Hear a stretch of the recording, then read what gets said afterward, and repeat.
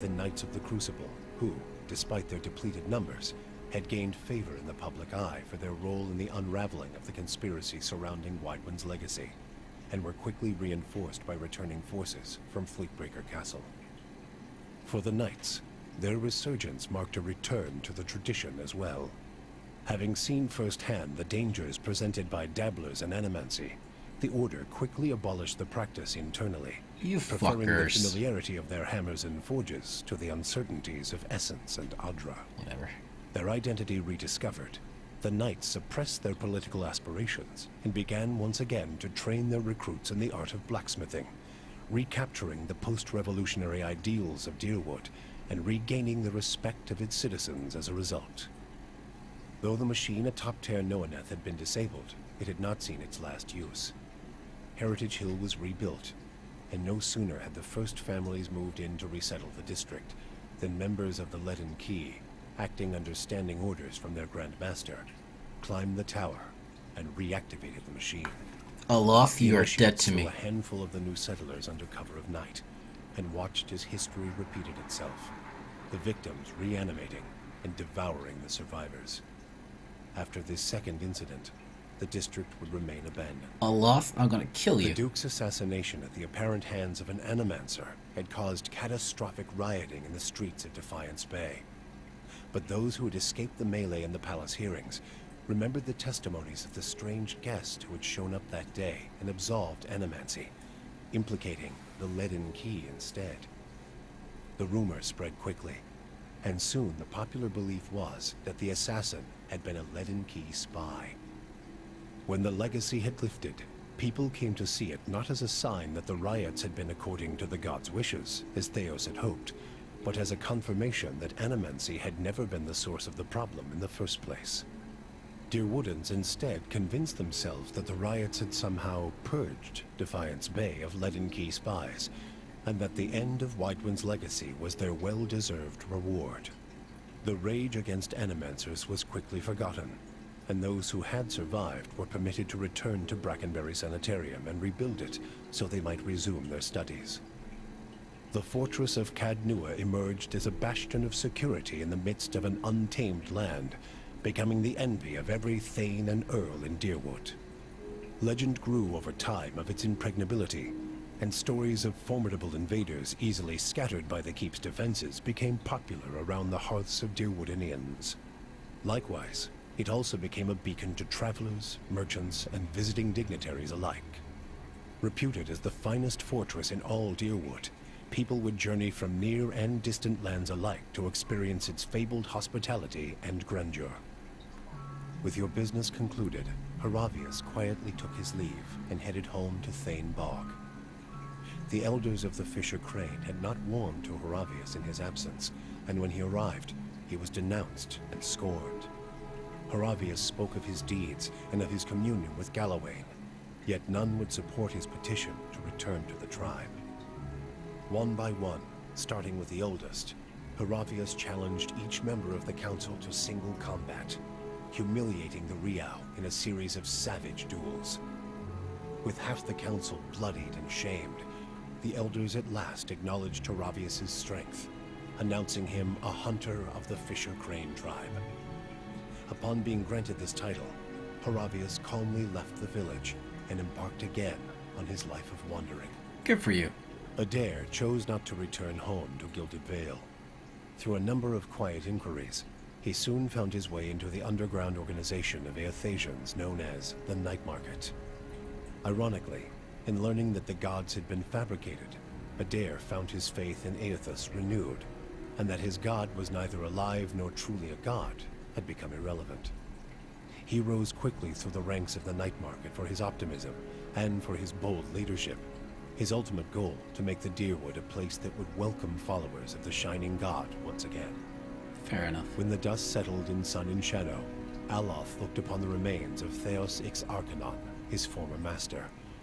He saw where the Grand Master had gone wrong, and he knew what he would do better. The secret of the gods would be preserved, and with it, the sanity and well-being of all Kith. He donned the remains of Theos' ceremonial garb, and prepared himself for the long and lonely task It won't be long. I want to kill him. With the Watcher's goals accomplished and his own vows fulfilled, Kana Rua sailed back toward Rawatai, thinking on the lessons his travels had provided him. By the time he landed at Tekoa, he understood what his path must be. Standing before the Lore College, Kana Rua explained that the tablet he sought had been destroyed, and so a true interpretation of the Tonvi Oratoa could no longer exist. The people of Rawatai would have to create their own.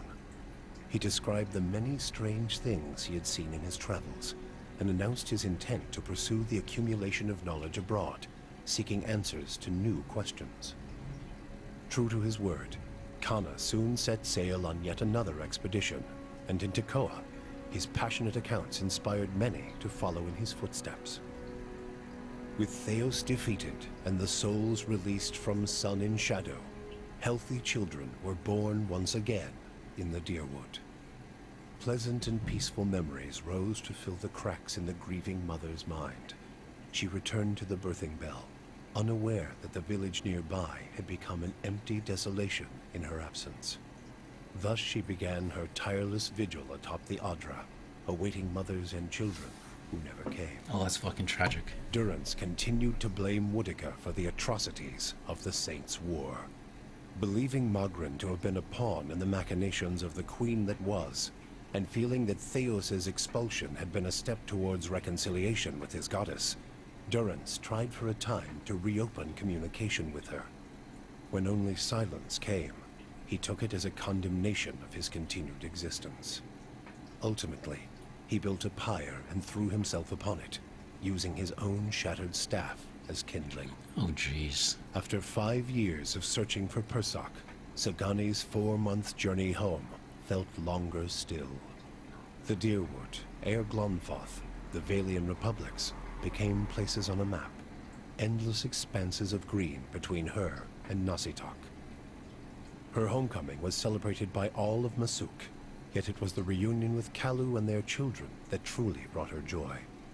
She relinquished her role in the long hunts, and ever after, she and Itumak spent their days working in the village and their nights at her hearth. She watched her own children and their children grow and thrive. When she finally passed, she lay surrounded by the affection and tears of 5 generations. Aww. For you, the death of Theos brought an end to your waking visions, and a silence to the whispers of the past. In their absence, you were able to sleep. The questions of a distant lifetime ceased to trouble your soul. All that remained was what to make of the answer. But at the moment, there was little to be done, and the matter would have to wait. A long journey loomed ahead.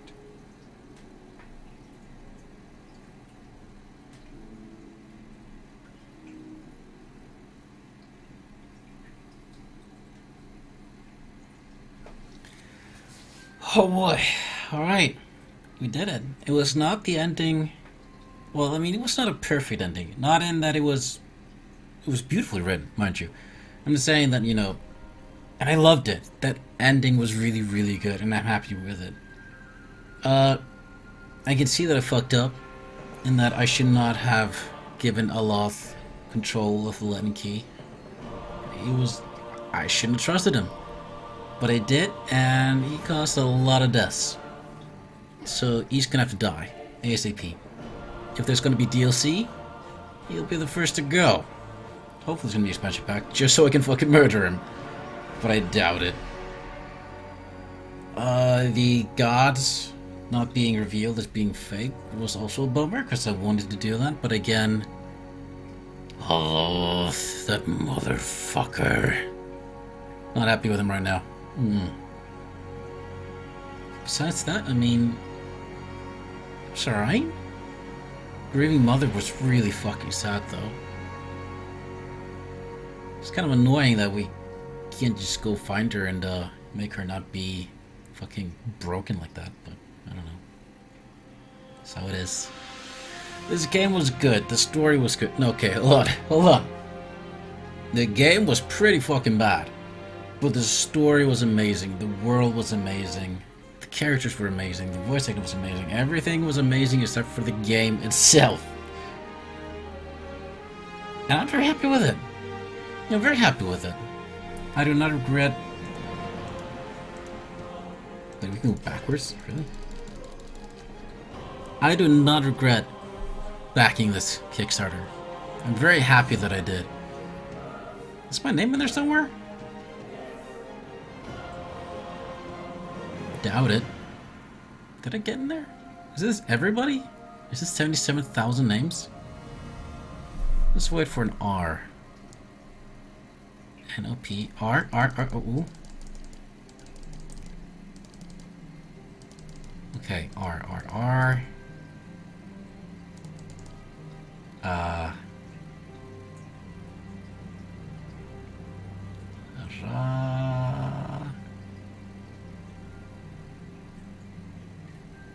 Ragnar Uchurluni. That's not me.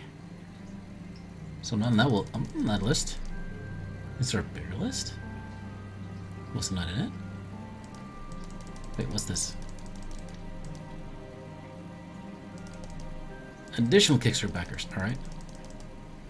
Maybe in this one. Wait.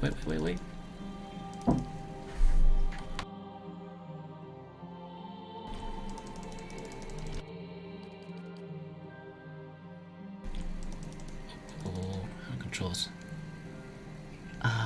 Is this for like the rich Kickstarters?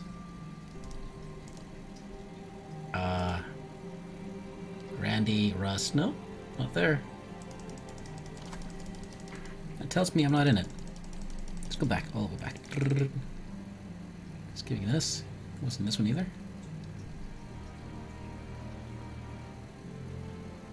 What was this?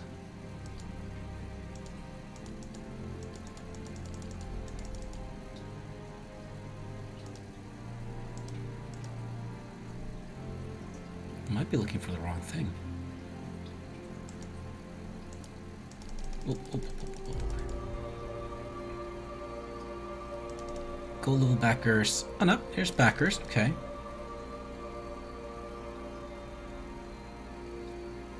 So let's try and find the T's. Maybe I'm in here as Tiny Turtle.